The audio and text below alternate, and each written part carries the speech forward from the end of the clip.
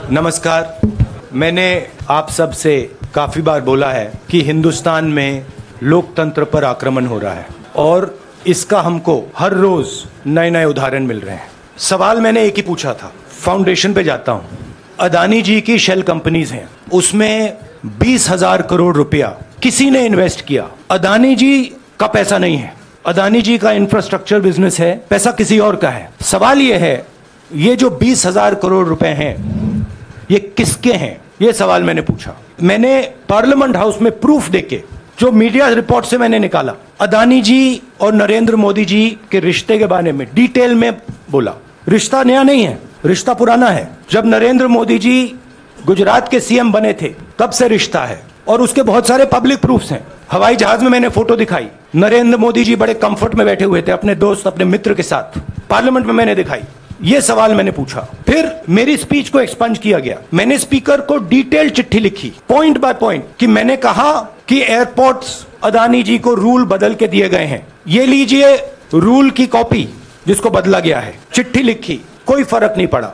फिर मेरे बारे में मंत्रियों ने पार्लियामेंट में झूठ बोला कि मैंने विदेशी ताकतों से मदद मांगी।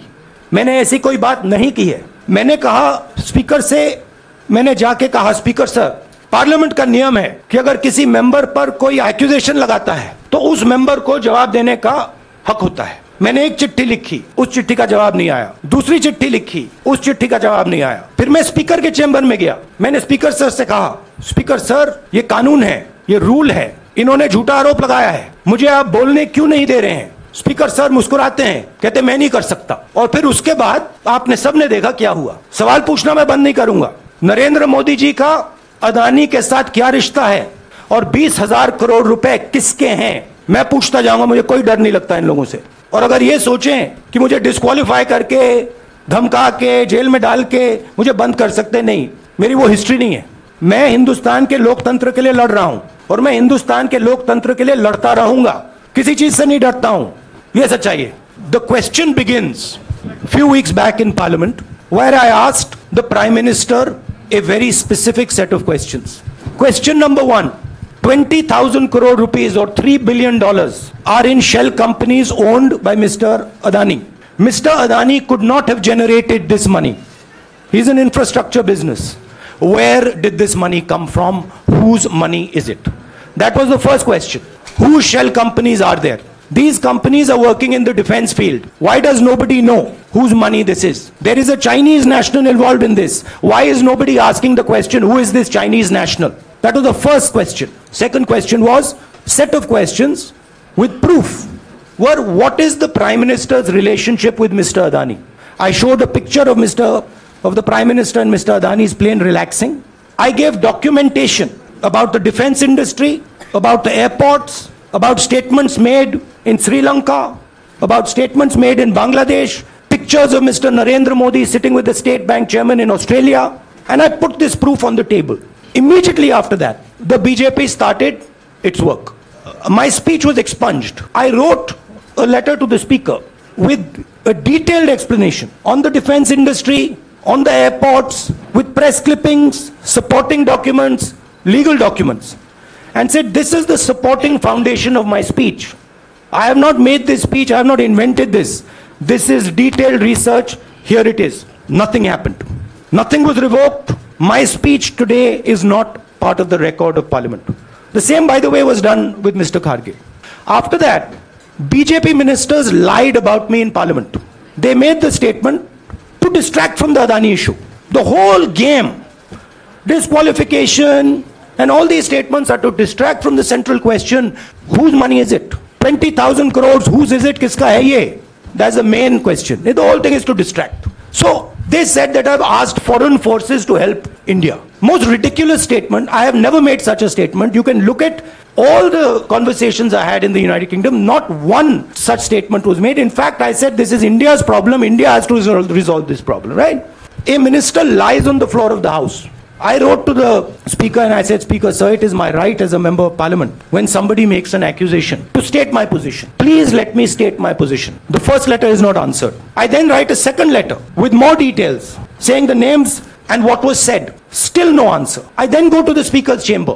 And I say, Speaker, sir, what is going on? We live in a democracy. You are the defender of that democracy. Why are you not letting me make my statement? The Speaker smiles and says, I cannot do that. Come and have a cup of tea with me. So this is the whole drama that is being orchestrated to defend the Prime Minister from the simple question. Whose 20,000 crore rupees, whose $3 billion went to Mr. Adani's shell companies? I am here defending the democratic voice of the Indian people. I will continue to do that. I am not scared of these threats, of these disqualifications, of these allegations, of these prison sentences. I don't care. I'm not scared of them. Okay? These people don't understand me yet. I am not scared of them. They are used to everybody being scared of them. I am not scared of them. Right? And I will continue to ask the question, what is the Prime Minister's relationship with Mr. Adani? It is an old relationship. It is a relationship that began when he was Chief Minister of Gujarat. Mr. Adani constructed the idea of Resurgent Gujarat, organized all that. This is a partnership. It's a close partnership. I'm going to keep asking that question.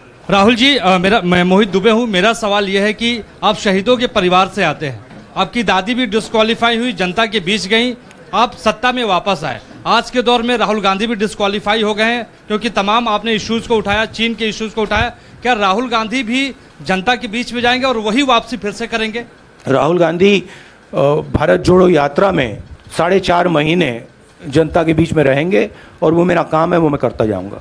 आज के हिंदुस्तान में पहले राजनीतिक पार्टियों को support मिलती थी, media से मिलती थी, बाकी इंस्टीट्यूशन से मिलती थी, वो नहीं मिलती है।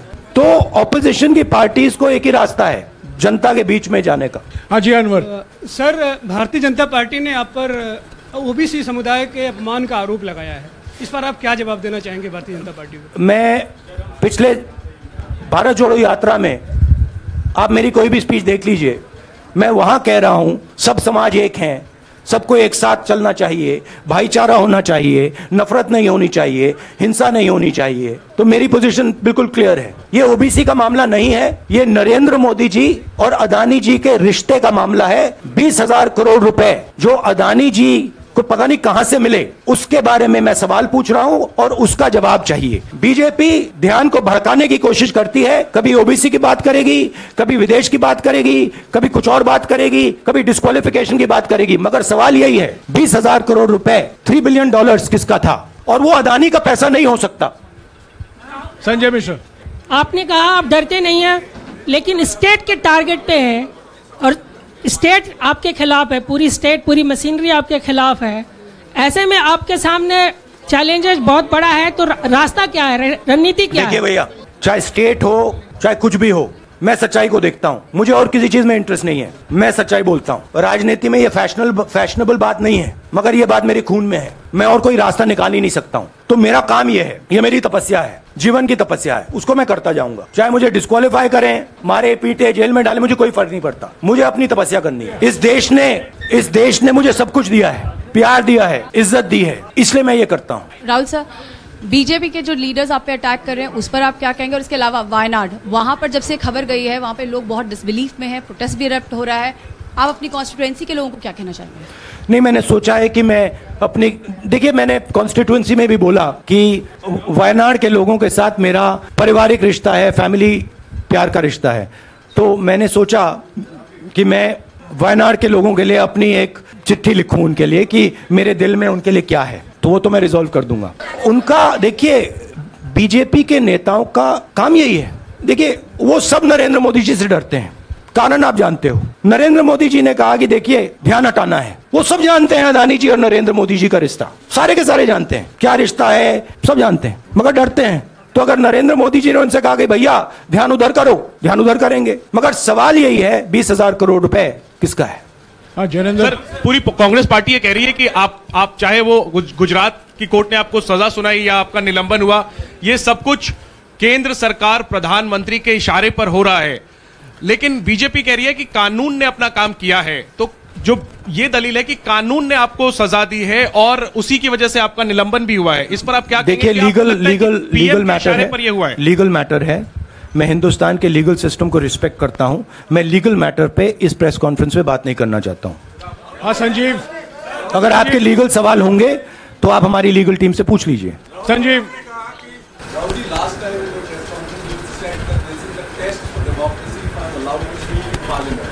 Instead of allowing you to speak in parliament, you basically stand No, look, please understand why I have been disqualified. I've been disqualified because the Prime Minister is scared of my next speech. He's scared of the next speech that is going to come on Adani. I've seen it in his eyes. So he's terrified of the next speech that is going to come, and they don't want that speech to be in Parliament. That's the issue. That is why, first the distraction, now the disqualification. Please don't be confused about this matter. There is a deep relationship between Narendra Modi ji and Mr. Adani. There is a question. 20,000 crore rupees have suddenly arrived in Mr. Adani's shell companies. Where has this money come from? Whose money is it? It is, some of these companies are defense companies. Why is the defense ministry not asking this question? Why is the defense ministry not asking the question? But please explain to us, whose money is this that is being spent on our drone development, that is being spent on our missile development, that is being spent on our ordnance production? Why is the defense ministry not asking this question? मंजरी की रद्द हुई तो उसके बाद बहुत सारे ऐसे विपक्षी दल जो अभी तक कांग्रेस से दूरी बना के चलते थे वो भी आपके समर्थन में आए। तो आपको क्या लगता है अब वो समय आ गया है जब सारे विपक्ष को एकजुट हो जाना चाहिए? मैं उन सब विपक्षी दलों का धन्यवाद करता हूं कि उन्होंने इस बात में हमारी सपोर्ट की और हम सब मिलके काम करेंगे। रंजीता, जिस बयान को लेकर आपको ये सजा सुनाई गई है, क्या आपको लगता है, आपको अफसोस है उस बयान को लेकर? क्या कहेंगे उस बयान पर? अब देखिए, अब ये लीगल डिस्कशन है, उस पे मैं टिप्पणी नहीं करना चाहता हूं क्योंकि ये कोर्ट में मामला है। मगर मैं जो भी सवाल उठाता हूं वो सोच समझ के उठाता हूं। हाँ जी, नीरज। कुछ ही दिन पहले लक्षद्वीप के सांसद मोहम्मद फैजल की सदस्यता गई थी और बाद में हाईकोर्ट ने स्टे कर दिया था। अभी उनकी मेंबरशिप रीइंस्टेट नहीं हुई है। तो सुन लीजिए, हाँ। राहुल जी सुन लीजिए, अभी उनकी सदस्यता रीइंस्टेट नहीं है, लेकिन चुनाव आयोग ने चुनाव की घोषणा करने के बाद उसे रोक दिया था। अगर ऊपरी अदालत से आपको स्टे मिलता है तो आपको उम्मीद है कि लोकसभा स्पीकर भी आपकी सदस्यता को बहाल कर देंगे? मुझे उम्मीद में कोई इंटरेस्ट ही नहीं है। चाहे मुझे सदस्यता मिले ना मिले, मैं अपना काम करूंगा। अगर ये मुझे परमानेंटली डिस्क्वालीफाई कर दें तो भी मैं अपना काम करूंगा। अगर मुझे रीइंस्टेट कर दें तो भी मैं अपना काम करूंगा। मुझे कोई फर्क नहीं पड़ता मैं पार्लियामेंट के अंदर हूं या बाहर हूं, कहां हूं। मैंने आपसे कहा मुझे अपनी तपस्या करनी है, मैं उसको करके दिखाऊंगा। आपके लिए नहीं, अपने लिए। रवि, एक मिनट रमन। हाँ।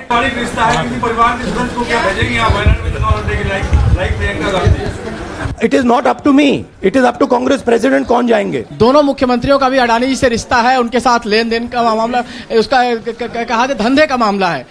लेकिन क्या धंधे का मामला, क्या बात कर रहे हैं? ये धंधा रोकेंगे ये लोग? जिनके पास जो भी स्टेट का उनके साथ नाता है, जो भी बिजनेस चल रहा है, वो बिजनेस रोका जाएगा क्या? देखिए, सिंपल सी बात है, आप डिस्ट्रैक्ट करने की कोशिश मत कीजिए। 20,000 करोड़ रुपए अदानी जी की शेल कंपनीज में कहां से आए? आप इंक्वायरी कीजिए। अगर बात निकली कि हमारे चीफ मिनिस्टर का पैसा है तो इनको जेल में डाल दीजिए। अगर बात निकली तो किसी और का पैसा है तो उसको जेल में डालिए। सिद्धार्थ। मैडम आप लोकतंत्र को समझिए। ये जो पैनिक रिएक्शन इन्होंने किया है नरेंद्र मोदी जी ने, इससे सबसे ज्यादा फायदा मिलेगा विपक्ष को। ये इन्होंने हमें हथियार पकड़ा दिया है। ये आप बात समझिए। ये मोदी जी पैनिक में आ गए कि बात निकल जाएगी, ये 20,000 करोड़ रुपए किसके हैं, डर गए, घबरा गए। इन्होंने पूरा सीक्वेंस शुरू कर दिया। ये विपक्ष को सबसे बड़ा इन्होंने हथियार दिया है। राहुल जी, क्योंकि जनता के माइंड में अब एक सवाल आ गया है कि जनता जानती है कि अदानी जी भ्रष्ट व्यक्ति है। अब जनता के माइंड में यह सवाल उठा है कि इस भ्रष्ट व्यक्ति को हिंदुस्तान का प्रधानमंत्री क्यों बचा रहा है। यह मतलब अब सब कुछ बीजेपी के लोग, नरेंद्र मोदी जी सब कुछ इस व्यक्ति को बचाने के लिए क्यों कर रहे हैं। दूसरा सवाल, बीजेपी के लोगों ने कहा कि अदानी पर आक्रमण देश पर आक्रमण है। मतलब इनके माइंड में देश अदानी है और अदानी देश है। बात समझिए। राहुल जी, मेरा सवाल आपसे ये है कि जब आप ये फैसला सामने आया, आपको मैक्सिमम पनिशमेंट जो है इसमें जो हो सकती है वो आपके लिए मुकर्रर की गई। इस बीच कई लोगों ने ये भी कहा, आपके पार्टी के भी एक सांसद ने कहा कि कम से कम जज को ये देखना चाहिए था कि सामने जो शख्स है वो एक गांधी परिवार से आता है। इस पर आप क्या कहेंगे? और आपको लगता है मैक्सिमम पनिशमेंट जो है आपके केस में, मैक्सिमम पनिशमेंट आपके लिए मुकर्रर की गई, क्या आपको इसके पीछे क्या कहना है आपका? वही मैंने कहा, अगर डिस्ट्रैक्शन करना है, मैक्सिमम पनिशमेंट की तो जरूरत है। मिनिमम पनिशमेंट से बात थोड़ी बनेगी। मैं तो सोच रहा था भैया 5 साल होते, 7 साल होते, 10 साल होते, वो भी मिल जाता। मुझे क्या फर्क पड़ रहा है यार। Rajdeep,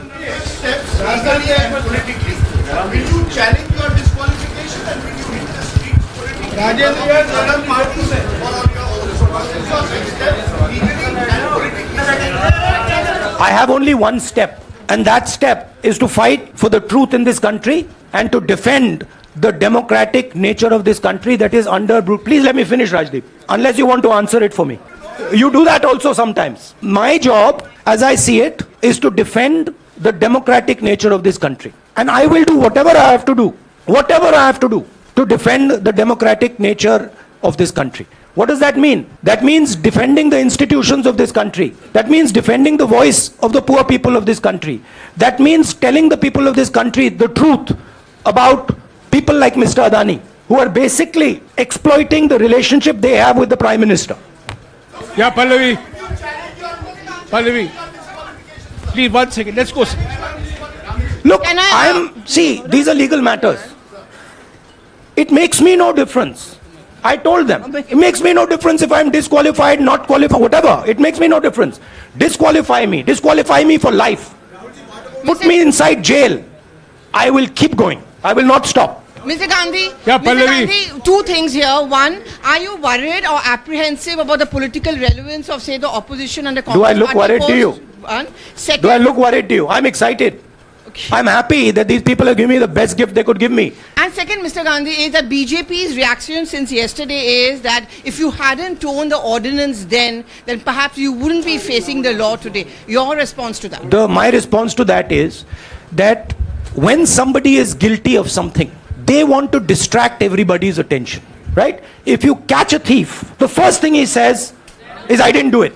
The second thing he says, look there, look there, look there, look there, right? That's what the BJP is doing. We have caught 20,000 crore rupees entering Mr. Adani's companies. Nobody knows whose money that is. That money cannot be Mr. Adani's money. He does not generate this type of money. So that money has come from someone. All this, OBC, disqualification, anti-national, all this is to distract from the panic that the Prime Minister is feeling, that his relationship with Mr. Adani is going to be exposed. Let me tell you, that relationship is going to be exposed. Nobody is going to stop that. It is going to happen because the opposition is going to press this thing until we find the answer.